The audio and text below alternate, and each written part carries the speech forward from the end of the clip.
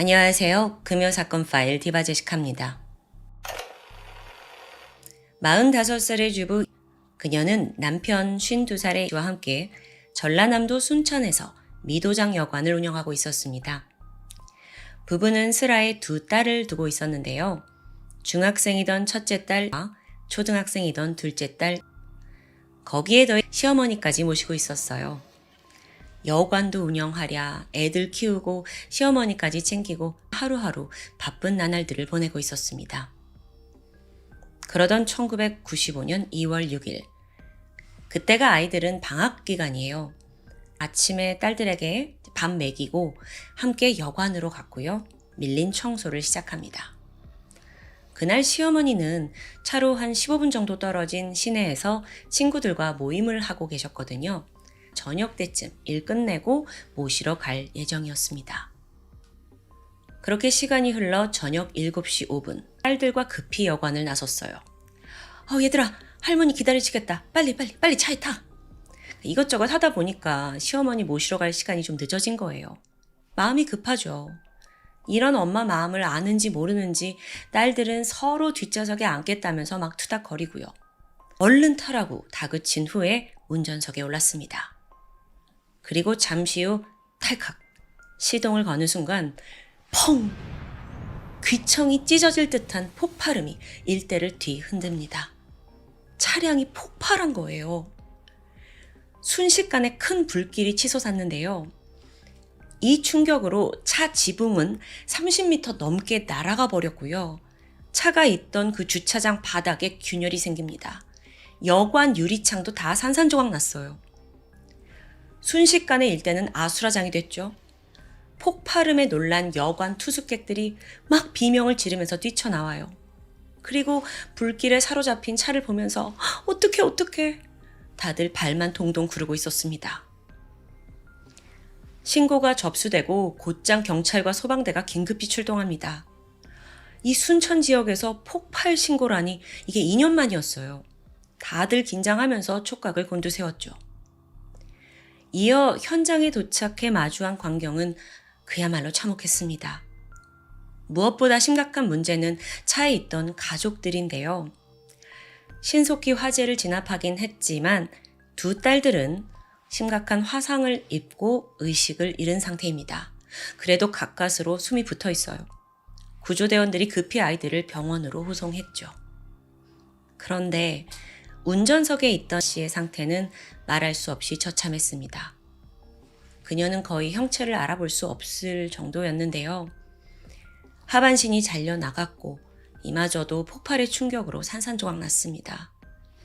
한쪽 다리가 여관 건물 옥상에서 발견됐을 정도예요. 한편 이 현장을 살펴보던 경찰은 강한 의문을 품게 됩니다. 이게 단순히 차량의 결함으로 발생한 폭발이라기에는 규모가 너무도 컸던 거예요. 운전석 아래를 보니까 콘크리트 바닥까지 이 폭발 때문에 깊이 파여 있었고요. 그런데 여기에 단서가 있습니다. 폭발이 운전석을 중심으로 일어났다라는 걸 의미해요. 여기에 이제 푹 파여 있었으니까요. 근데 이게 또 수상했어요. 보통의 차량 결함은 주로 연료 시스템이 손상되면서 발생한다고 해요.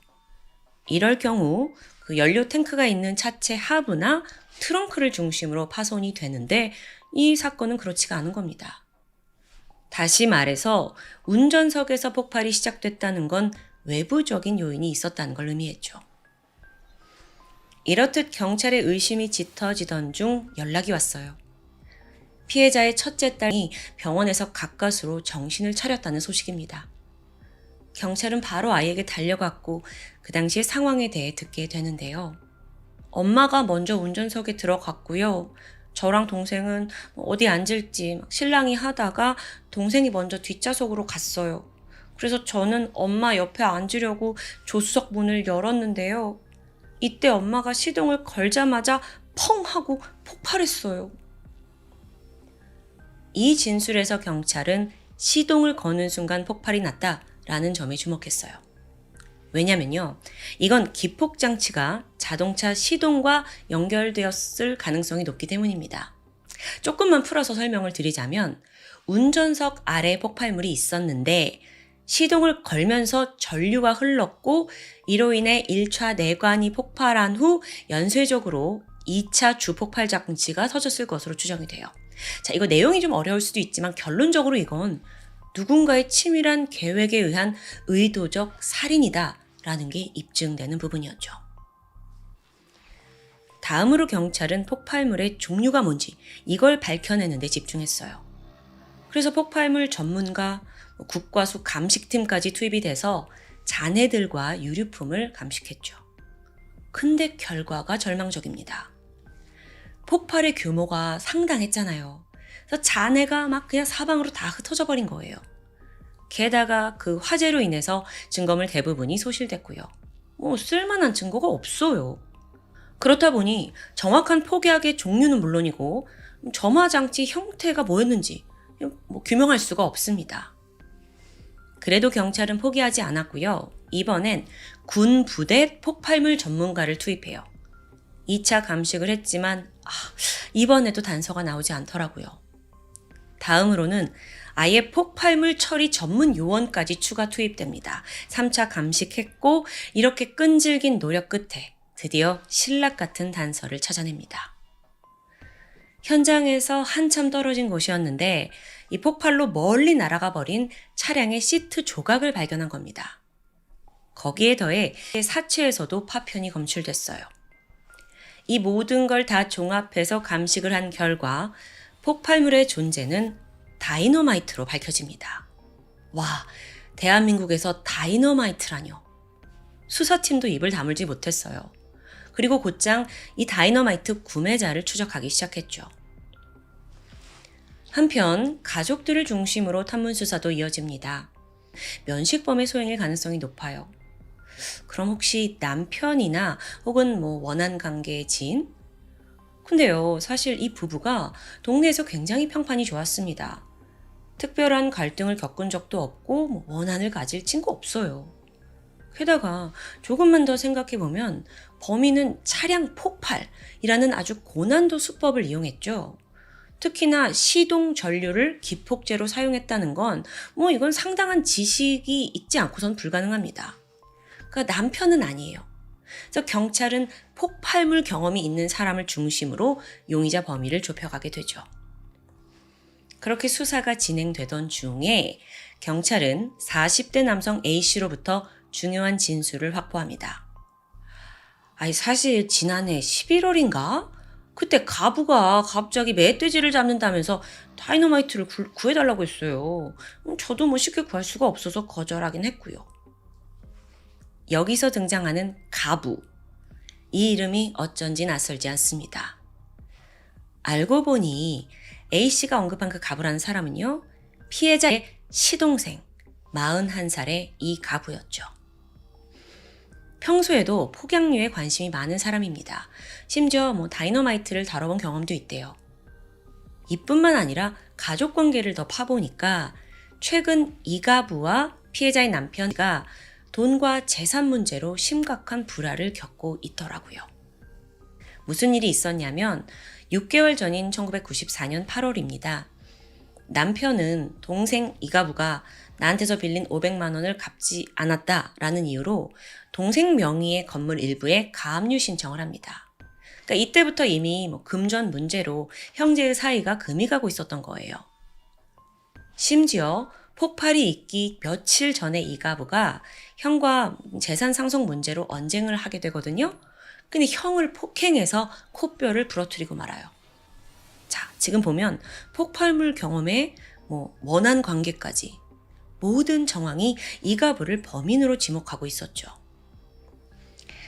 사실요, 이 폭발이 발생하고 나서 그는 참고인 자격으로 경찰 조사를 받긴 했어요.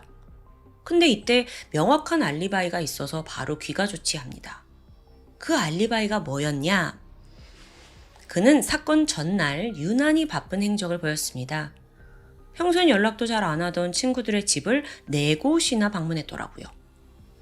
그러다가 사건 당일인 2월 6일 새벽 0시 27분에는 순천을 아예 떠나서 서울역행 기차에 탑승합니다. 서울로 간 거예요. 새벽 6시쯤에 도착을 했고요. 그리고 나서 폭발이 발생한 건 그날 저녁 7시죠. 이가부는 그보다 2시간 뒤인 저녁 8시 50분에 순천에 내려옵니다.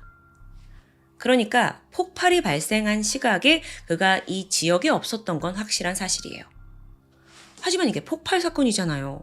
미리 장치를 해두고 일부러 먼 곳에 가 있었을 가능성도 있죠. 경찰 또한 그가 알리바이를 만들기 위해서 의도적으로 서울로 간 거다라고 판단을 했어요. 아니, 그 당시에 순천에서 서울까지 왕복 11시간 기차로 걸립니다. 그 먼 거리를 당일치기로 다녀왔다? 이거 자체가 상식적으로 좀 납득이 어려운 거예요. 그 당시엔 그런 사람도 잘 없었고요. 그러면 그는 언제 폭탄을 설치해 둔 걸까요? 경찰이 확보한 정보에 의하면 이가부는 사건 전날인 5일날 밤 9시, 그러니까 서울에 가기 전에 한 1시간 동안 미도장 여관에 방문한 적이 있습니다. 이때 차에다가 폭탄을 설치한 것 같아요. 그리고 12시에 서둘러 순천을 떠나서 서울로 간 거고요. 자, 만약에 다음날 아침에 차량이 폭발했다 하더라도 그는 나는 여기 없었다 라고 할 수 있죠? 그 알리바이가 여전히 성립됩니다. 그렇다면 폭발물은 어디서 구했을까요? 이가부의 통신 기록을 조사했어요. 그랬더니 순천과 여수 지역의 화학회사들과 여러 차례 통화한 사실이 확인됩니다. 그러니까 폭발물의 원료를 구하기 위해서였겠죠. 근데 정작 결국 구매에는 실패해요. 아니, 그럼 도대체 이 다이너마이트를 어디서 난 거냐고요. 이 부분이 풀리지 않는 숙제였는데요. 일단 경찰은 이가부 집에 가면 분명 이 폭발물을 제조한 어떤 단서가 있을 거다라고 추정합니다. 그럼 어떻게 하지? 사건 발생 36일째인 3월 13일에 일단은 형 이정우 씨 폭행해서 코뼈 부러뜨렸잖아요. 이 혐의를 들어서 이가부를 잡아들였어요. 동시에 그의 집을 압수수색하면서 증거를 찾기 시작했죠. 수색해 보니까 거기서 무슨 정체불명의 찰흙이 나오더라고요. 근데 이게 사제폭탄을 제조할 때 마감재로 사용될 수도 있는 재료입니다. 또한 집에서 부탄가스 통이 나와요. 사실 현장에서도 부탄가스 파편이 있었어요.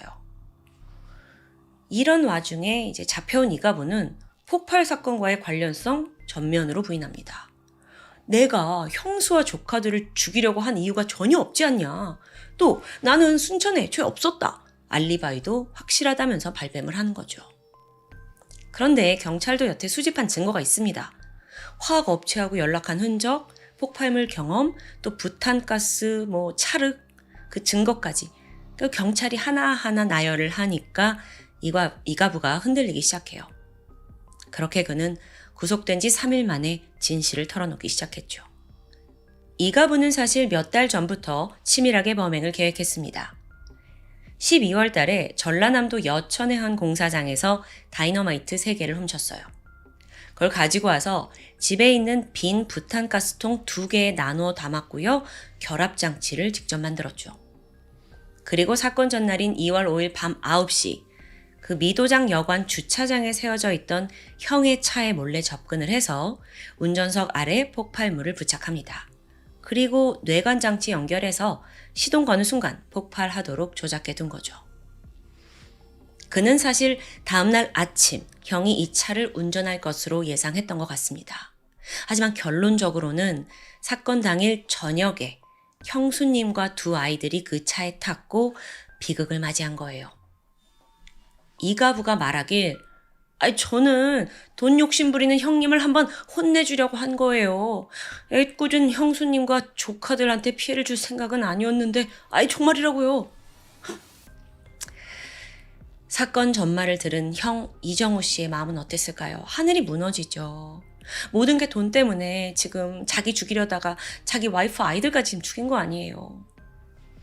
게다가 어린 2 딸은 엄마를 잃은 그 평생의 트라우마, 고통을 안고 살아가야 합니다.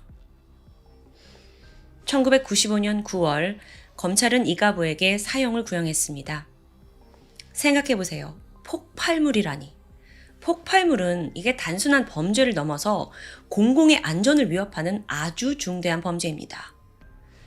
형법에 따르면 폭발물을 사용해서 생명, 신체, 재산을 해한 자는 사형이나 무기징역 또는 7년 이상의 징역에 처해진다고 하는데요.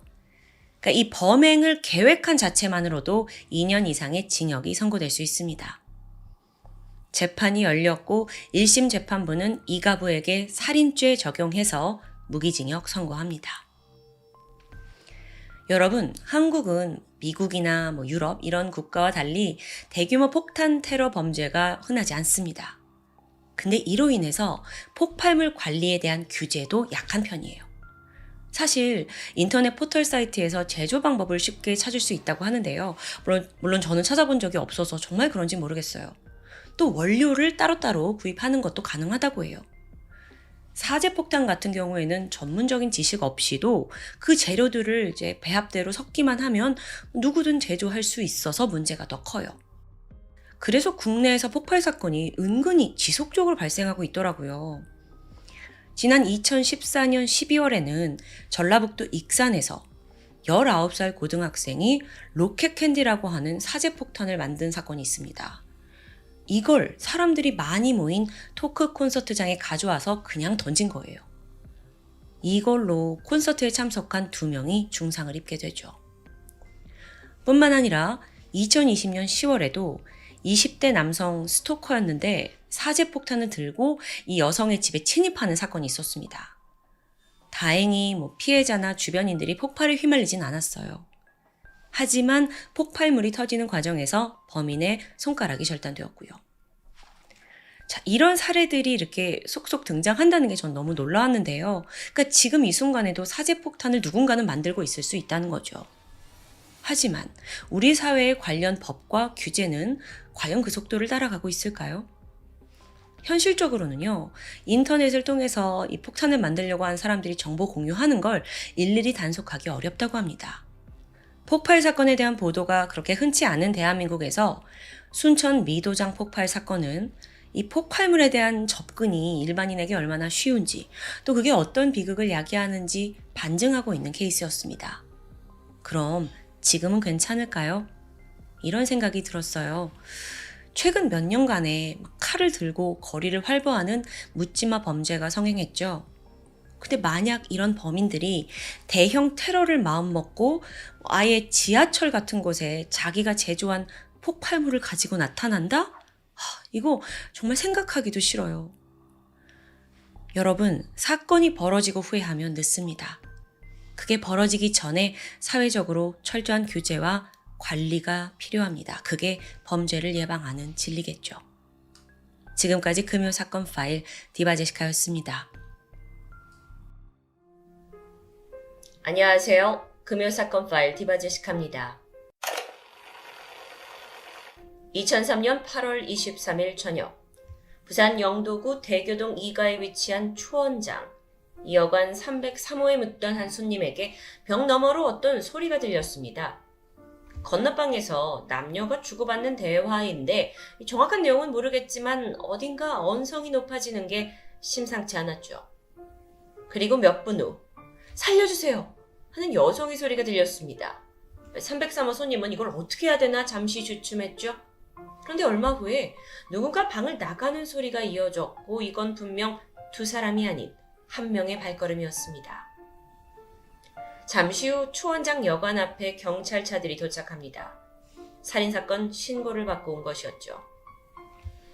피해자는 306호에 묵고 있던 여성인데 몸 여러 군데 칼에 찔렸고 사망한 걸 여관 주인이 발견한 겁니다. 출동한 경찰이 306호 문을 열자 현장은 유혈이 낭자한 아주 잔혹한 모습이었습니다. 그래도 다행인 건 범인이 급하게 도주를 한 듯 안에는 여러 개의 단서가 포착되어 있었죠. 범행에 사용됐던 과도, 그리고 그가 입던 백사이즈의 속옷 하의와 티셔츠, 심지어 안경과 또 시계, 담배꽁초도 발견됩니다. 오늘 금사파는 그 어느 때보다도 자세하게 이 증거들을 기초로 범인을 추적할 예정입니다. 우선 피해자는 32살의 여성 E씨. 부검 결과 왼쪽 가슴에 있던 자창이 결정적인 사인이었습니다. 더 정확히 보면 범인이 칼로 찌른 다음에 그 안에서 다시 힘을 줘서 심장까지 깊이 찔린 상황이었죠. 명백한 타살입니다. 우선 경찰은 현장을 최초로 발견한 여관 주인을 조사했습니다. 사건 당일 그녀는 카운터에 앉아서 TV를 보고 있었어요. 그런데 피해자 여성 이 씨가 혼자 들어와서는 잠깐 쉬다 가겠다며 방을 요청했죠. 주인은 306호 열쇠를 건네줬는데 그리고 30-40분 후에 한 남자가 찾아오더니 조금 전 혼자 들어간 여자가 어디에 묵냐고 물었습니다. 그래서 주인이 별 생각 없이 306호를 알려줬죠. 그런데 몇 시간 후 퇴실 시간이 지나도 아무런 응답이 없자 주인이 306호를 직접 들어갔다가 이 끔찍한 현장을 목격한 겁니다. 그렇다면 사망한 여성 이 씨 그리고 뒤따라 들어간 남성 이들은 무슨 사이였을까요? 둘이 여기서 미리 만나려고 약속이라도 한 걸까요? 경찰은 우선 이 씨의 주변인을 조사합니다. 그리고 그녀에게 남자친구가 있다는 걸 알게 돼요. 하지만 이날 여관을 찾아온 사람은 남자친구가 아니었죠. 사건 현장에서 가장 마지막까지 있던 의문의 남자. 경찰은 그의 정체를 찾는 게 급선무였습니다. 그런데 피해자의 휴대전화를 살펴보던 중 새로운 흔적이 발견돼요. 최초 이 씨가 방에 들어간 후에 누군가로부터 여러 번 걸려온 통화 내역입니다. 확인 결과 발신지는 성매매 알선업자. 어라, 이게 이제야 좀 상황이 파악이 되는데 그러니까 피해자 이 씨가 죽은 이 씨가 성매매 여성이었던 겁니다. 사실 이 초원장이 있는 부산 영도구 대교동은 항구가 근처에 있어서 주변에 숙박업소가 다수 존재합니다. 그리고 여기에선 손님이 원하면 성매매를 알선해주는 불법 행위가 암암리에 이뤄지고 있었죠. 그렇다면요, 여관 주인은 이 사실을 몰랐던 걸까요? 아니었죠. 사실 그녀는 이 씨가 성매매 여성인 것도 알고 있었고 또 남성이 손님인 것도 알고 있었습니다. 하지만 중간에서 자신이 불법 성매매를 알선한 게 밝혀져서 처벌을 받을까 두려웠고 경찰에 그날 상황을 거짓으로 증언한 겁니다. 알고 보니까 피해자 이 씨가 쉬다 가겠다면서 제 발로 여기에 찾아온 게 아니었던 거예요. 여관 주인이 뒤늦게서야 진실을 털어놓게 되죠. 우선 30-40대 초반으로 보이는 남자가 먼저 여관을 찾아왔고 돈을 주면서 이 여관 주인에게 성매매 여성을 요청합니다. 그리고 주인이 알선업자에게 전화를 걸어서 여성을 콜하게 되죠. 10분 뒤 호출을 받은 피해자 이 씨가 306호에 들어갔고 잠시 후 기다리고 있던 남자도 306호로 들어갑니다. 그런데요. 보통 성매매의 경우에는 도착을 한 후 20분 뒤 이 업자에게 다시 전화를 걸어서 상황을 알려주는 게 어떤 그들만의 룰이라고 합니다. 그런데 30분이 넘도록 이 씨가 아무런 연락이 없으니까 이 알선업자가 피해자 이 씨에게 전화를 여러 번 걸게 된 거예요. 여전히 응답이 없습니다. 그래서 여관 주인한테 방을 가서 한번 확인해달라 부탁을 했고 그래서 306호에 가보니까 처참한 살인 현장이 펼쳐져 있던 겁니다. 자, 그렇다면 여관 주인이 도망치는 그 용의자를 발견하지 못한 걸까요? 현장 조사 결과 여관 3층의 계단 난간에 혈흔이 남아 있었습니다. 근데 이건 피해자 이 씨 거예요. 그러니까 방에서 나왔다고 보긴 힘드니까 범인이 도망하던 중에 이게 묻혀진 걸로 추정이 되죠. 303호에서 두 사람의 소리를 들었던 그의 증언까지 정해서 이 모든 상황을 좀 유추해보면 범인이 이 씨를 살해한 후 방에서 즉시 나옵니다. 근데 마침 여관 주인이 올라오는 소리에 잠깐 계단 쪽에 몸을 숨겼다가 주인이 방에 들어간 사이, 그 짧은 사이 건물을 빠져나간 것으로 보여요. 아주 긴박한 상황이었겠죠. 한편 이 용의자와 대화를 나눴던 주인의 증언에 따르면 그가 경상도 말투를 쓰고 있었고요. 키는 170 정도로 추정됩니다. 이렇게 목격자도 있고 현장에 남기고 간 흔적도 많았기 때문에 경찰은 그를 어렵지 않게 잡을 수 있으리라 생각했어요. 하지만 이 초동 수사에 있어서 여관 주인의 거짓말로 혼선이 생기면서 많은 시간을 지체했다는 약점이 남았죠. 게다가 담배꽁초 있었잖아요. 여기서 결정적인 단서를 찾을 수 있을 거라 기대했지만 이 DNA와 일치하는 전과자 기록이 나오지 않습니다. 그러면 여기서 잠깐, 범인과 죽은 이 씨는 이날 처음 성매매로 만난 사이일까요? 그렇게 단순히 고객이었다면 이렇게까지 잔혹하게 죽일 이유가 있었을까요? 경찰은 혹여 면식범일 가능성을 염두하고 피해자 이 씨 주변인들을 조사했던 겁니다. 근데 그러면서 이 씨가 어떤 사람인지도 드러나게 되죠. 그녀는 중학교 2학년 때 아버지의 상습적인 폭력을 견디지 못하고 집을 떠났습니다. 그렇게 가출 청소년이 된 후에 화류계에 발을 들였는데 성인이 돼서 다시 집에 돌아왔지만 가족들은 그녀가 성매매 일을 한다는 것을 알았고 그리고 나선 거리를 두고 지냈다고 하는데요. 그러다 이 씨가 얼마 전에 엄마한테 자신이 스토킹을 당하고 있다고 말한 적이 있습니다. 혹시 그 사람이 용의자인가 싶었지만 경찰은 조사 끝에 결론적으로는 아니라고 판단합니다. 그러고 생각해보면 사실 이 범인의 입장에서 성매매를 요청했죠. 그런데 어떤 여성이 올지는 사실 아무도 모르는 겁니다. 그래서 대상을 정해놓고 벌인 범죄는 아니다라고 판단이 되죠. 그런데 사실 그날 용의자가 요청했던 특이한 사항이 있습니다. 여관 주인한테 기왕이면 좀 나이가 있는 여성을 불러달라고 했다는 겁니다. 물론 이것만으로 특정 인물이 누가 올 거를 예상할 수는 없겠죠. 이렇다 보니 경찰은 범인이 애초에 살해를 목적으로 한 게 아니라 성관계 후에 살해를 우발적으로 저지른 게 아닌가라고 생각하게 되는데요. 자, 이젠 현장을 좀 살펴볼까요? 남아있는 혈흔으로 봐서 최초의 공격 지점은 침대 위였습니다. 죽은 이 씨가 적극적으로 저항을 한 듯 했는데 손에 남아있던 다량의 방어흔이 이를 말해주고 있죠. 그리고 그 과정에서 피해자의 왼팔 안쪽 혈관이 절단되기도 했습니다. 그러던 중 결국 범인이 이 씨의 심장을 정확히 공격했고 후에도 수차례 피해자를 찌르는 일명 오버킬의 흔적이 남아있어요. 이걸 두고 전문가들은 범인이 평소에 이성과의 정상적인 관계를 제대로 맺지 못했을 가능성을 지적합니다. 어쩌면 그간에도 계속 성매매를 통해서 어떤 남성의 성욕을 확인했는데 한편으로는 열등감마저 심해가지고 자기를 지적하는 어떤 말을 들으면 필요 이상으로 흥분하는 성격이 아니었나라고 추정할 수 있겠죠. 실제로요, 여러분. 성매매 여성 피살 사건 중에서는 자신이 여성으로부터 무시당했다고 느낀 게 트리거가 돼서 살인을 우발적으로 저지르는 경우가 꽤 많다고 합니다. 자, 이번엔 살해도구. 이 과도는요, 여관에 있던 건 아닙니다. 범인이 가지고 온 거예요. 심지어 아주 날카롭게 연마가 잘 돼 있었죠. 평소에 과도를 가지고 다닐 사람이 얼마나 될까요? 그렇다면 이건 이 남자가 어느 정도 살인을 예상하고 흉기를 준비해왔다라고 볼 수 있는데 그럼 이건 우발적인 범죄가 아닌 거죠.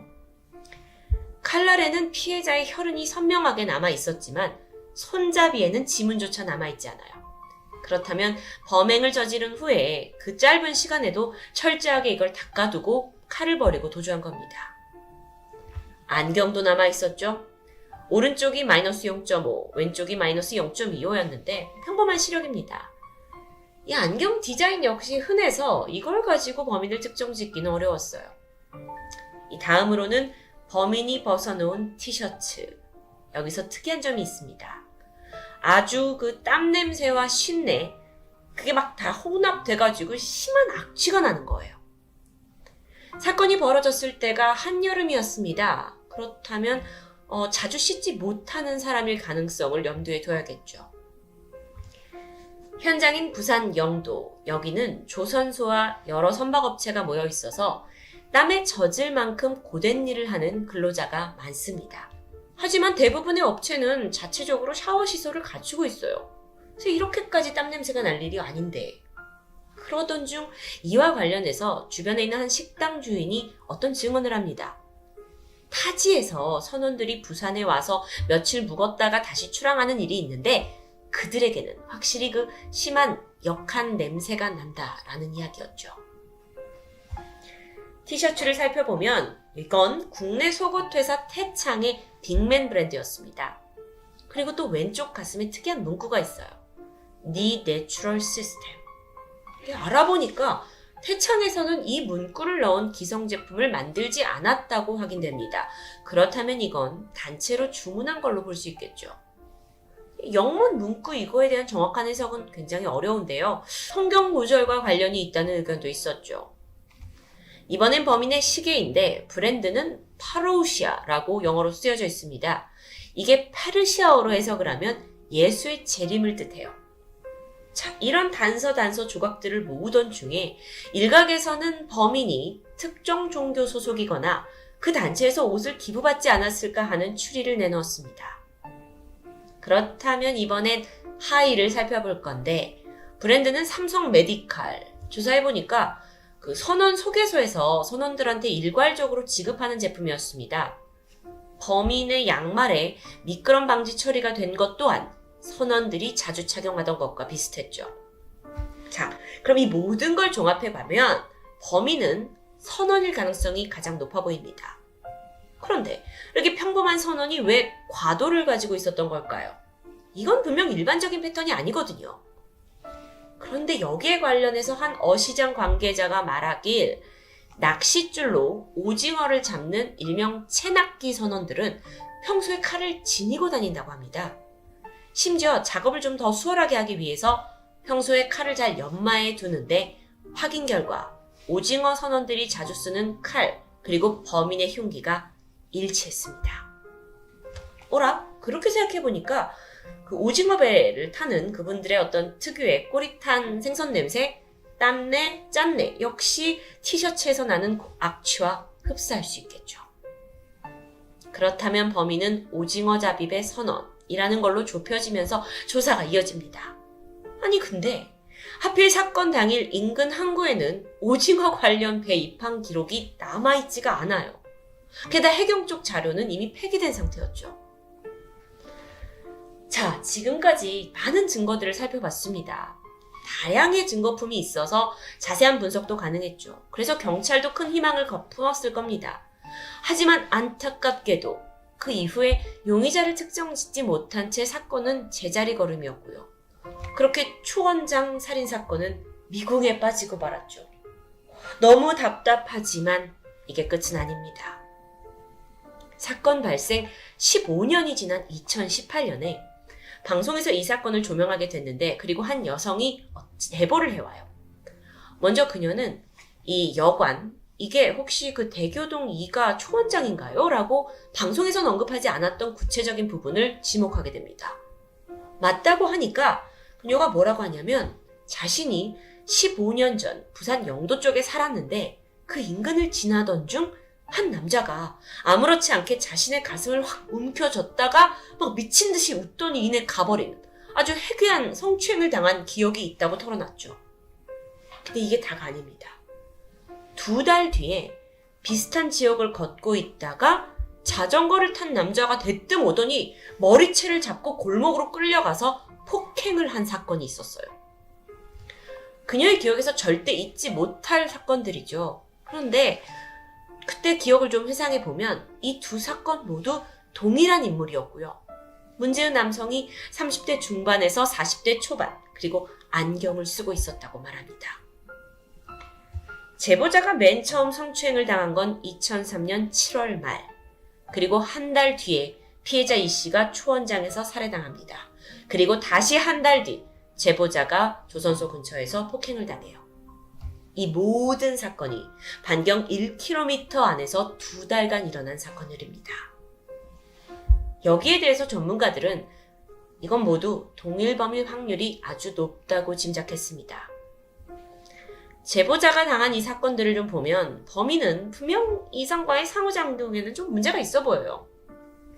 그렇다면 초원장 사건 역시 우발적인 살인으로 볼 수 있겠죠. 게다가 생각해보면 범인이 맨 처음 길 가던 여성을 막 성추행했을 때 제보자는 20대였습니다. 20대 여성이 완강히 저항을 하면서 이 사건은 결국 미수에 그쳤죠? 여기에서 어쩌면 범인이 학습 효과를 얻은 겁니다. 그리고 그 다음 범죄 대상으로 좀 더 제압이 쉬운 나이가 있는 성매매 여성으로 초원장에서 이 씨를 선택했던 건 아닐까요? 이게 어딘가 좀 딱딱 들어맞고 있죠. 그런데 또 다른 목격담이 접수됩니다. 지난 2014년 술에 잔뜩 취한 남성이 부산에 있는 한 경찰서를 찾아왔어요. 그리고 묘한 고백을 하게 되죠. 그날 밤 당직을 서고 있던 경찰관에게 한 남자가 다가오더니 내가 10년 전에 여관에서 사람을 죽였다라고 고백을 합니다. 그는 선원 박 씨였죠. 경찰은 이걸 그냥 넘기지 않았습니다. 그리고 나중에 박 씨가 술에서 다 깬 후에 지난밤 우리한테 뭐라고 했는지 기억납니까? 하고 그 자백에 대해 더 캐물게 되는데 박 씨가 뭐라고 하냐면 전혀 기억이 안 난다. 전혀 모르는 일이라고 발뺌하는 거예요. 그런데 여러분, 아무리 사람이 술에 취했다고 한들 어떤 사람이 살인을 가짜로 고백할까요? 경찰은 그를 용의선상에 두고 여러 조사를 펼쳤습니다. 가장 결정적인 그 담배꽁초 DNA 대조를 했죠. 근데 이게 일치하지 않아요. 그래서 결국 박 씨는 무혐의로 풀려났습니다. 수사선상에서 벗어난 박 씨, 여전히 의심이 되긴 하지만 이후 연락마저 두절됩니다. 만약 그가 진범이 아니라면 선원 박 씨가 누군가에게 들은 이야기를 전달한 걸까요? 아니면 혹시 그 담배꽁초에 있는 DNA가 훼손된 건 아닐까요?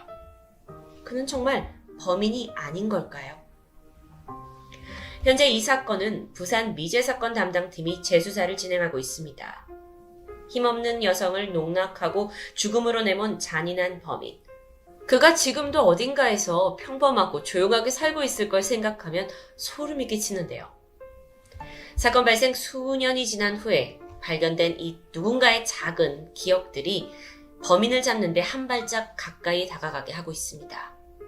그렇듯 이 사건은 지금까지도 누군가의 기억의 조각을 기다리고 있죠. 금요 사건 파일 디바제시카였습니다.